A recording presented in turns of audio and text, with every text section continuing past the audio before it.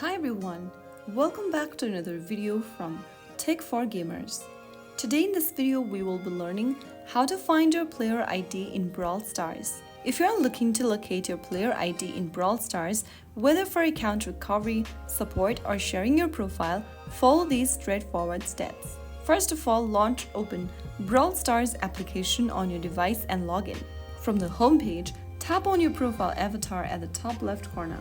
From here, you will be able to see your user ID or your player ID underneath your username. Tap on it and this will take you to this option. Now tap the gear button at the top and you will be able to see your player ID displayed on the screen. If you're using Supercell ID, then you will be able to see your player ID like this in just a few simple steps.